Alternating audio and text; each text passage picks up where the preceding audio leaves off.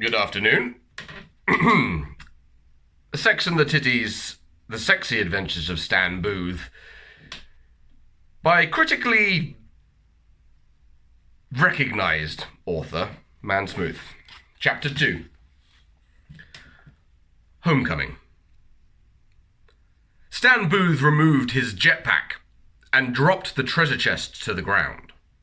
It bounced as it landed, spilling gold all over the marble floor of his palatial palace place. Ah, he sighed, dropping his trousers. It's good to be home. Immediately, 100 sexy female virgins rushed forwards to suck upon him, but he brushed them aside.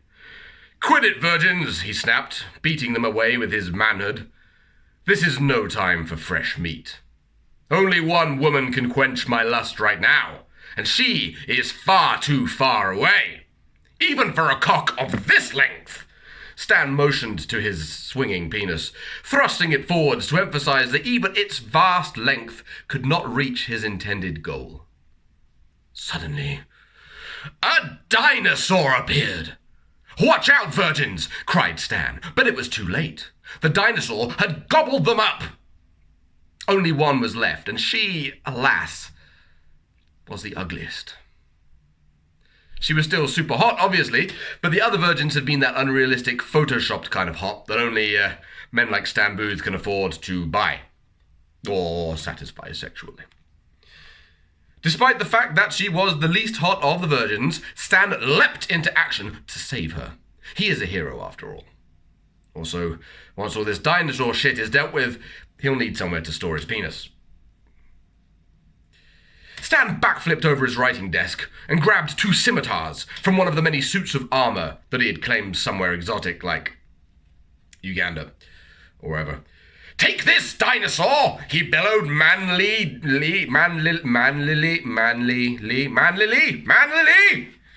Seeing him with his swords and his massive cock all flapping around, the dinosaur was like, oh shit, and tried to run away. But Stann was too fast, and with a ludicrously complicated series of cartwheels and somersaults, he launched himself right onto the dinosaur's head. Kapow! Stann rammed the scimitars through the dinosaur's brain in much the same way that he would ram his penis into the anus of an overworked whore. Gurgled the dinosaur and fell to its knees, also like an overworked whore. The dinosaur and the whore are basically analogous, which is my favorite kind of a gus. And now, karate! Stann exclaimed, probably in something that sounded convincingly like Japanese, and did a spin kick, or whatever, which smashed the dinosaur's teeth and killed it. Extinct? Quipped Stann, prepping for a punchline. More like dead.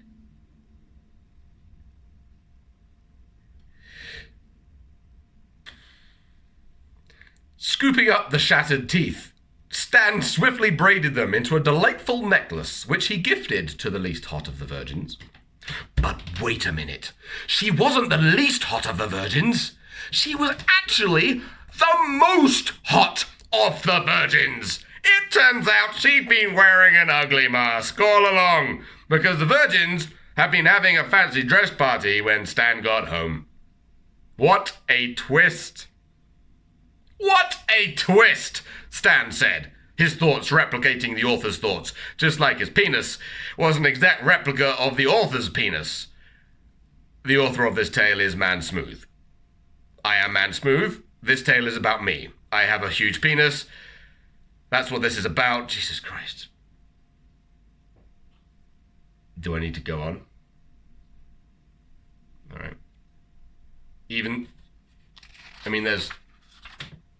All right. Jesus God. The things you do. You think that's a twist? Asked the hottest virgin, sexily. With a flurry of pure white silk, she span around, twisted, you see, and bent over to present herself to Stann's throbbing manhood.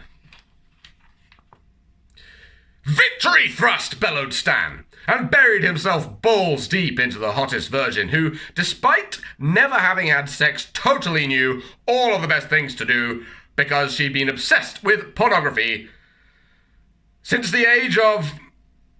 Insert socially acceptable age relevant to country of publication here.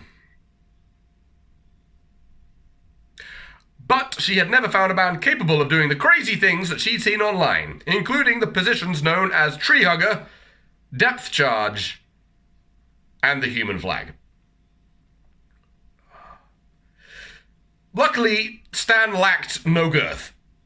In fact, many knew him only as Centaur, half man, half horse. Proud, territorial, handy with a bow. Pow, pow, pow, pow, pow, pow, pow.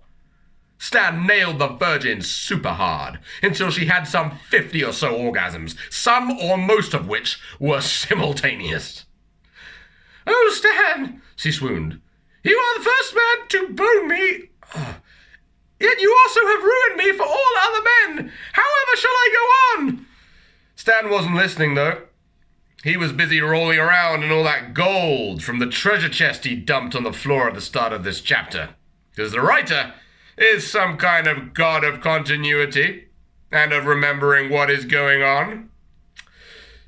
Eventually, though, Stann stopped rolling around in the gold and spent the rest of the day ploughing the ex-virgin until he got bored or gave her some gold and sent her on her way. "Alas," wept the virgin, Stann was the most badass man she'd ever met, and she really didn't want to be sent away into the cold mountains. She would surely die. But whatever, Stann was rolling around in the gold again. "It's good to be home," he said. Again. Repeating what he had said at the beginning. In case you didn't notice. The end of chapter 2. Of Sex and the Titties, The Sexy Adventures of Stann Boothe. Available now to buy with money if you really want to. This is how thick it is. There are a lot more chapters where that came from. Alarmingly. Can I go now? Are we done?